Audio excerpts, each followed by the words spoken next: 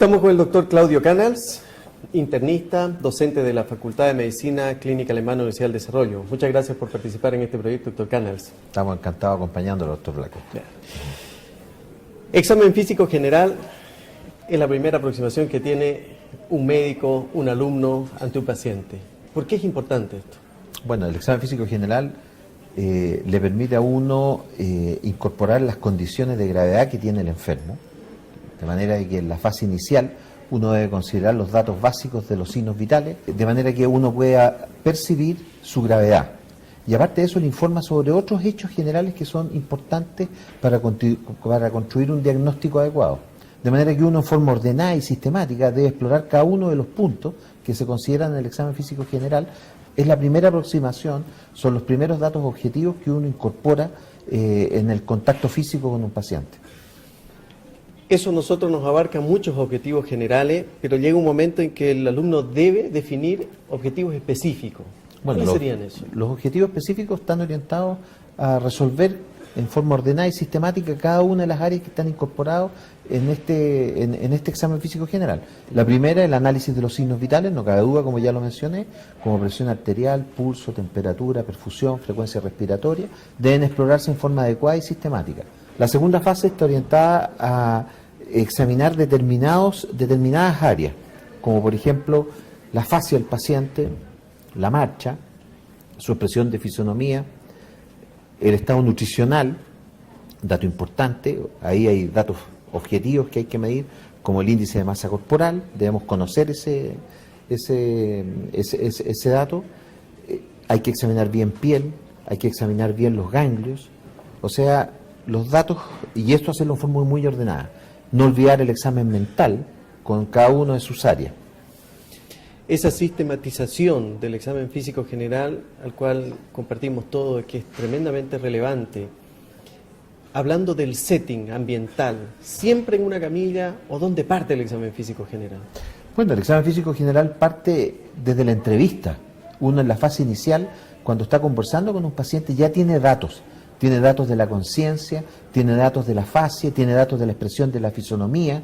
Muchas veces hay datos sobre la piel que uno está observando rápidamente, hay diagnósticos que fluyen en la simple inspección, de manera que parte en la obtención de la historia. Lo ideal, una vez establecido la fase de la entrevista, es pasar a una camilla donde uno pueda examinar en detalle, que tenga condiciones de privacidad, de tranquilidad, de manera que se pueda establecer explorar cada una de las áreas en forma adecuada. Bien, doctor Canals, muchas gracias por participar en Estamos este proyecto, encantados. así que lo voy a invitar Un a gusto. que hagamos los procedimientos respectivos. Gracias. Muchas gracias, doctor Blanco. Encantado.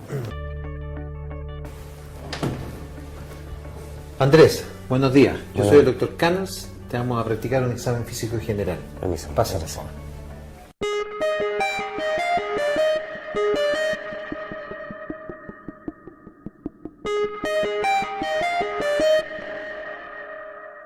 Hola, buenos días.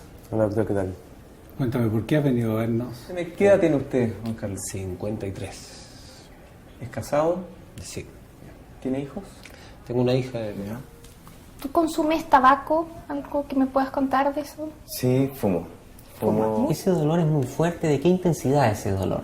Si tú tuvieras que ponerlo en nota de 1 a 10, ¿qué nota le pondrías a ese dolor? Como un 6. Igual es como más una molestia, más que un dolor muy fuerte. Como ¿Se que- irradia hacia alguna parte? ¿Se te va hacia algún lado? ese dolor? No, es como más acá, el lateral. Es como- Ya. El examen físico general consiste en la primera aproximación objetiva hacia el paciente.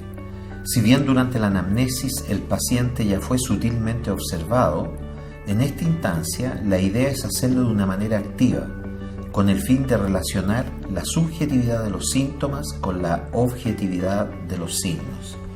De esta forma, la hipótesis diagnóstica preliminar que surge durante el interrogatorio va tomando una dimensión real y verídica durante esta parte del proceso diagnóstico.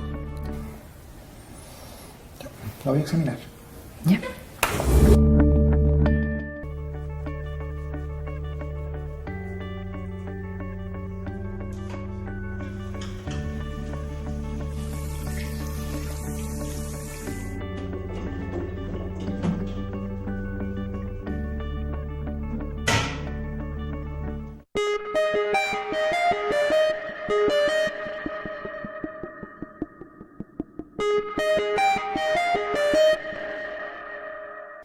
Vamos a proceder ahora a hacer un examen físico general.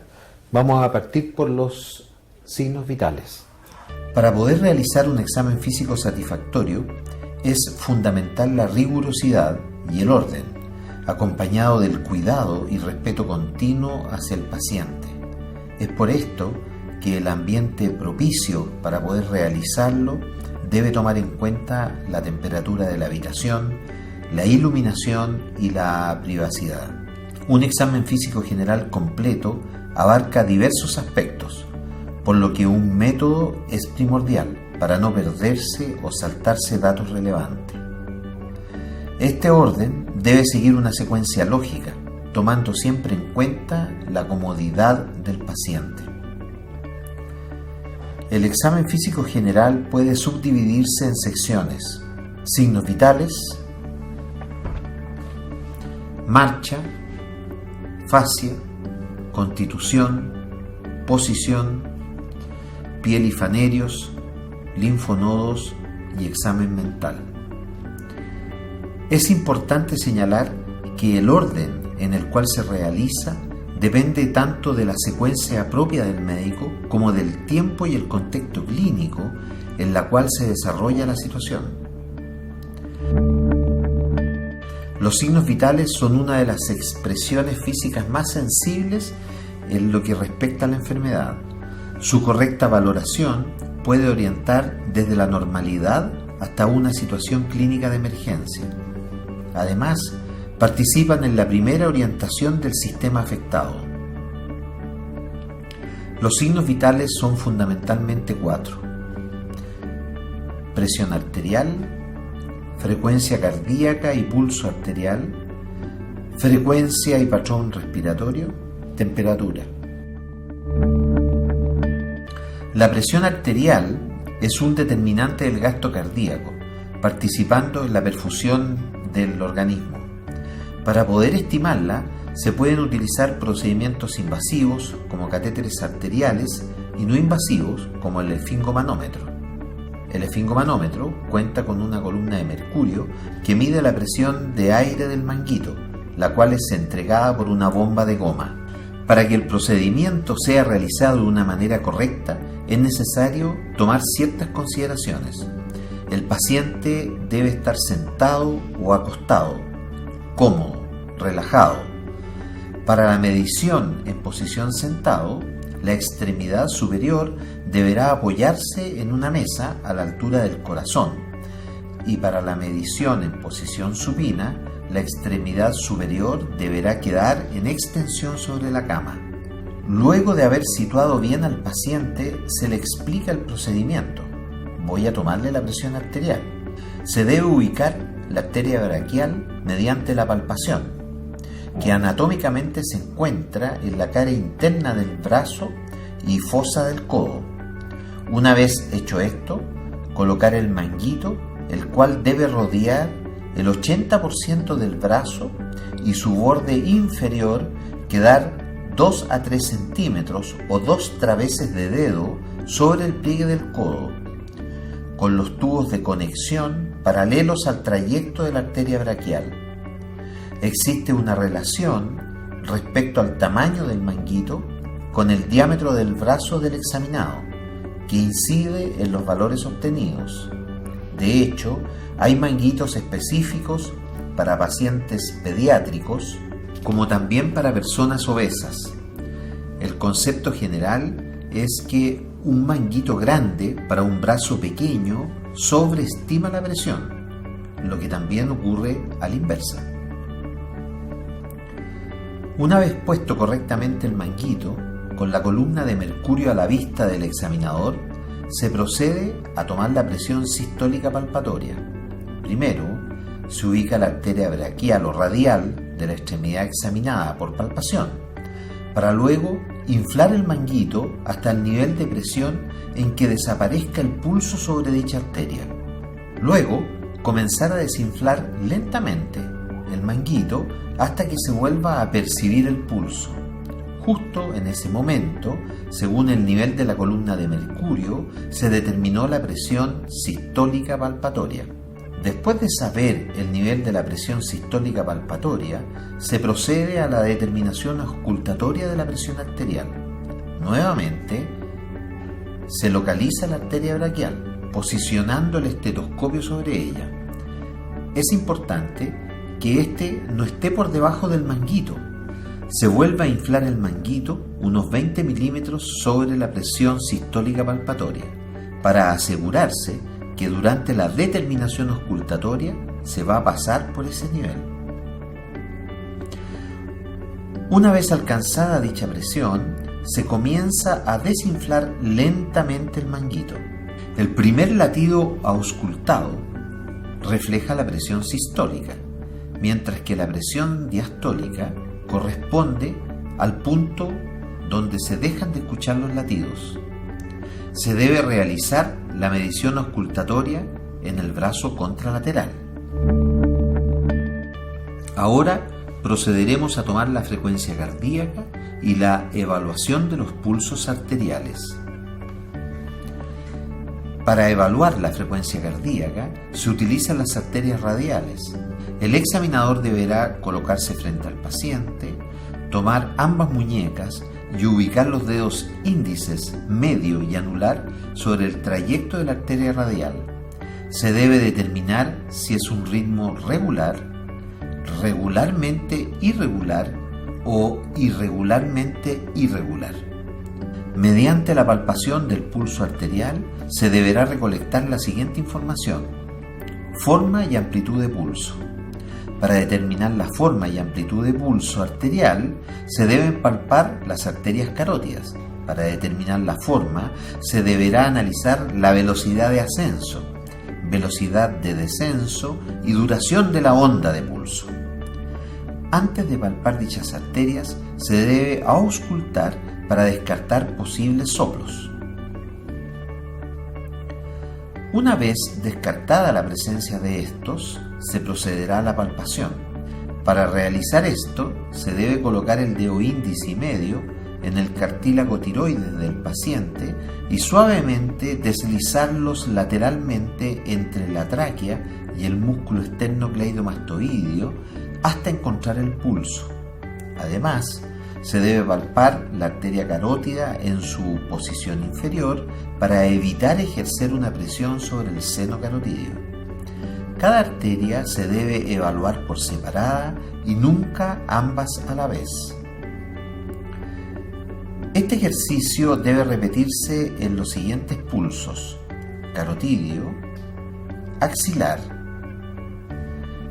la fosa axilar por el borde posterior del músculo pectoral mayor, braquial, sobre la cara anterior del pliegue del codo, cara medial, radial, cara anterior y lateral de las muñecas, entre el tendón del músculo flexor radial del carpo y el proceso estiloides del radio, femoral, bajo el pliegue inguinal hacia medial, popliteo, cara posterior de rodillas, pedio, dorso del pie, lateral al tendón extensor del primer dedo del pie, tibial posterior, posterior al maléolo medial del tobillo. Se debe comparar cada pulso con su respectivo contralateral. Y comparamos con el lado contralateral.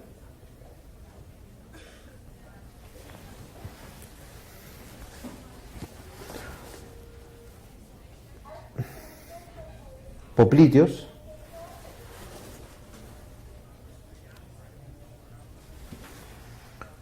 pedios,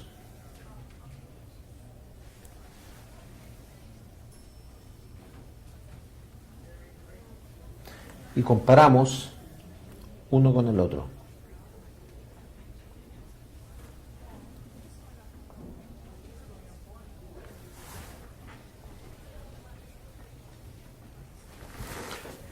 Una vez finalizado, se debe representar la intensidad del pulso encontrado marcando cruces, estimado como normal 2 cruces. Si están ausentes, se expresa con un signo negativo. Estas se representan en una silueta o, si se prefiere, en una tabla. Simultáneamente a la toma de la frecuencia cardíaca, se evalúa la frecuencia respiratoria, pero por motivos didácticos hoy lo haremos por separado.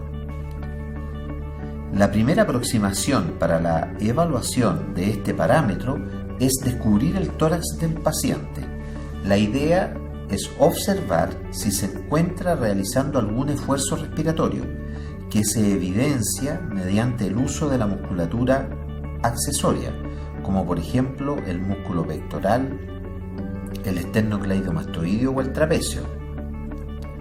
Este esfuerzo respiratorio se evidencia con un hundimiento en la fosa supraclavicular, denominado tiraje. La idea es que el paciente no se percate de que se le está realizando esta medición, ya que a veces puede influir en su frecuencia. Se debe contar el número de respiraciones durante 30 segundos y multiplicarlo por 2 para obtener la frecuencia respiratoria en un minuto. Además, se debe observar la duración del tiempo inspiratorio y expiratorio y la relación entre ambos. Ahora vamos a tomar la temperatura corporal. Primero debemos estar seguros que el termómetro tenga el mercurio abajo. Observamos esto, lo bajamos. Una vez que estamos seguros de este proceso, procedemos a ver que la axila esté seca. Vamos a tomar la temperatura axilar y posteriormente tomamos la temperatura, de manera que se logre un muy buen contacto entre el termómetro y la piel. Si es necesario realizar la medición por el recto, especialmente en pediatría, hay que tener presente que va a estar 0,5 grados más alta que la axilar. En general, la temperatura del cuerpo varía durante el día, oscilando entre los 36 y los 37,4. Además, se correlaciona con el resto de los signos vitales, especialmente con la frecuencia cardíaca, de manera directamente proporcional. Esperar al menos 5 minutos y observar hasta dónde sube la columna de mercurio. Para realizar la lectura, el examinador debe colocar el instrumento a la altura de sus ojos y en horizontal, de tal modo que pueda observar la columna de mercurio al girarlo ligeramente. Nunca se debe sostener el termómetro por el bulbo, sino por su extremo opuesto. Finalmente, el examinador debe registrar la temperatura, limpiar el termómetro y guardarlo completamente seco. Un ítem muy importante del examen físico general es la inspección, que engloba a la observación activa de la marcha, la fascia, constitución y posición del paciente. Si bien es un proceso que no se realiza como una fase independiente, por fines docentes va a ser desarrollada de esta forma. Esta evaluación parte desde el momento en que el paciente camina hacia uno, observando la regularidad, estabilidad y largo de cada paso, tomando en cuenta la utilización de los brazos. Cabe señalar que puede ser reevaluado pidiéndole al paciente que camine dentro del box si el caso lo amerita. Existen diversos patrones de marcha que reflejan desde secuelas de enfermedades previas como manifestaciones específicas propias de una entidad diagnóstica. A modo de ejemplo, una marcha característica es la hemipléjica. Durante la anamnesis se debe realizar, sin incomodar al paciente, la observación de la fascia. Se debe determinar las distintas expresiones faciales, tamaño de los distintos huesos que componen la cara, la forma de la cara o coloración de la piel, como también interpretar el estado anímico. La fascia de un paciente puede presentar rasgos característicos que orientan a una determinada enfermedad. Otro punto relevante al observar al paciente es su constitución. A modo bastante general, pero con una fuerte relación hacia distintas enfermedades, se clasifican los pacientes en 3 categorías: endomorfo, mesomorfo, ectomorfo. Para evaluarla, el examinador debe observar la forma general del cuerpo del paciente, otorgándole importancia a la distribución y cantidad de tejido adiposo y masa muscular. Luego se categoriza según lo antes mencionado, ya que esta apreciación tiene un componente subjetivo, especialmente cuando no es tan evidente la categoría a la cual pertenece el examinado. Se realiza una cuantificación objetiva mediante el peso y la talla. Una vez obtenidos los datos, se puede realizar el cálculo del IMC, índice de masa corporal, que es el cociente entre el peso y la talla. Después se debe clasificar al paciente como desnutrido, normal, sobrepeso y otras 3 categorías de obesidad según las tablas específicas. Otro aspecto importante es determinar la posición del paciente.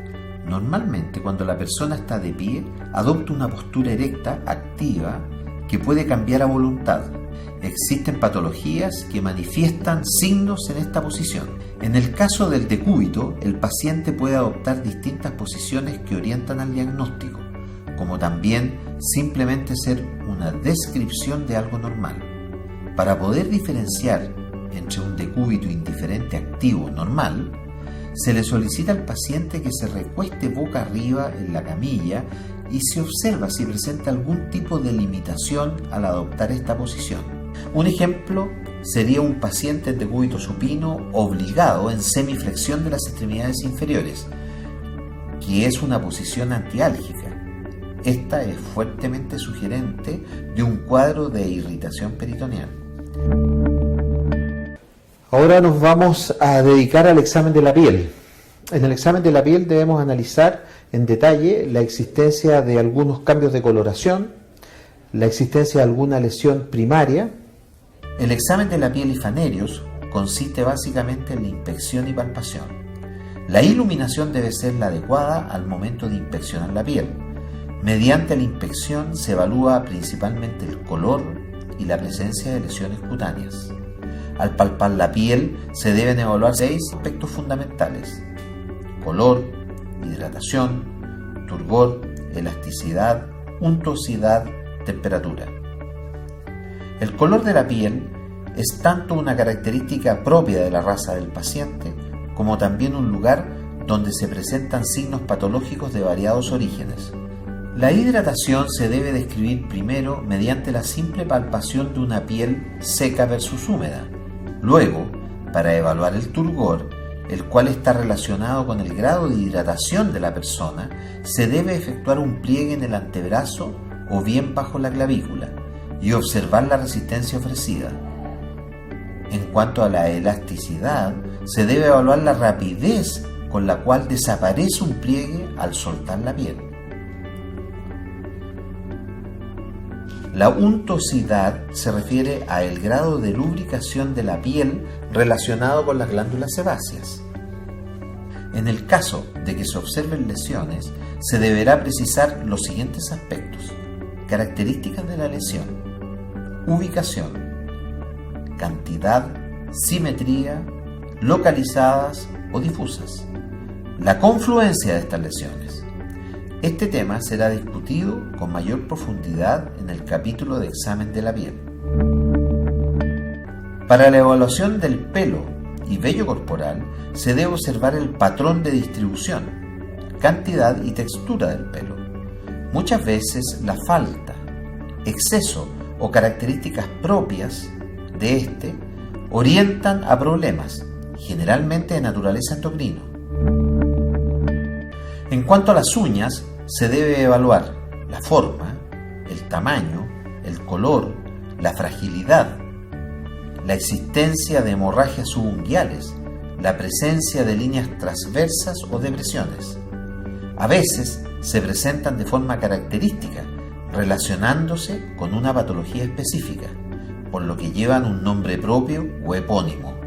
Las uñas también reflejan la perfusión distal del paciente. Evaluándolo mediante el llene capilar, se debe tomar la falange distal de la uña a evaluar y presionarla suavemente hasta observar que el lecho unguial toma un aspecto pálido. Luego, retirar la presión y calcular el tiempo que demora en retomar el aspecto previo. En condiciones normales, este llenado debe ser menor a 2 segundos. Es importante en el examen físico general percibir cómo está la perfusión y para eso recurrimos a maniobras sencillas como es la temperatura distal en las manos, en los pies, en las rodillas.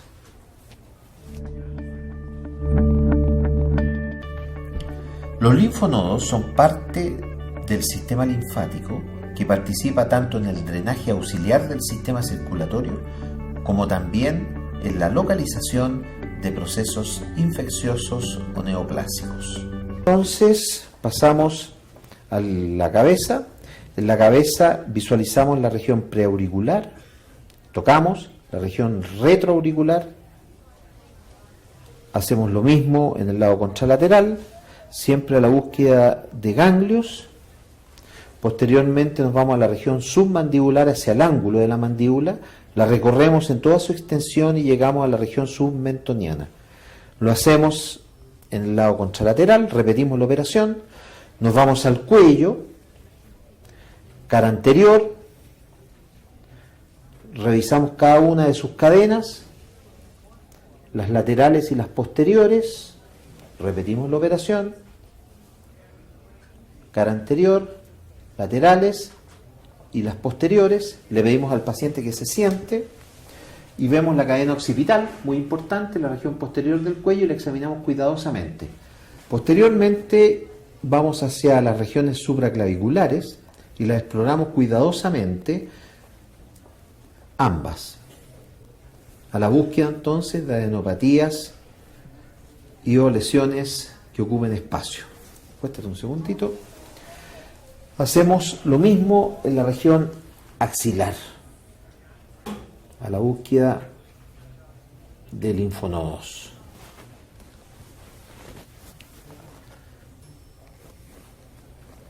Lo hacemos cuidadosamente, explorando todo el hueco axilar. Posteriormente vamos hacia la región inguinal, crural, inguinocrural, y vemos adenopatías inguinales. Hay que explorarlas cuidadosamente. Estos son los territorios que habitualmente están comprometidos con patologías de tipo ganglionar. Al palpar un nódulo linfático se deben precisar los siguientes aspectos: las regiones del cuerpo comprometidas, el tamaño y el número de estos, su consistencia, su sensibilidad a la palpación, sus límites, la movilidad, el compromiso de la piel que lo recubre y las lesiones de vecindad. Durante la entrevista médica, el examinador ya fue capaz de formarse una idea general sobre el estado mental del paciente, como su estado anímico, su inteligencia, memoria de corto plazo y otros. Esta evaluación es un proceso activo y dirigido a evaluar parámetros establecidos. El examen mental consiste en la evaluación de los siguientes parámetros: 1. Nivel de conciencia. 2. Orientación. 3. Lenguaje. 4. Memoria. 5. Juicio. 6. Respuesta emocional. 7. Funciones superiores. Y 8. Praxia.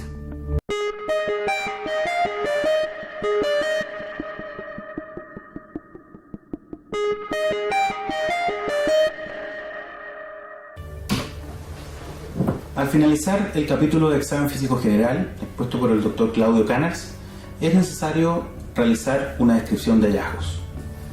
En un paciente normal sería de la siguiente forma. Inspección. El paciente presenta una marcha estable, con ritmo y braceo normales y ausencia de asimetría o cojera. Se encuentra actualmente sentado con una actitud activa. Presenta una fase no característica de patología y es de constitución mesomórfica. Piel hidratada, de coloración normal, con una elasticidad y untuosidad conservada. Vello corporal de distribución adecuada, androide o ginecoide según sea el caso. Cabello de cantidad normal, suave y bien adherido.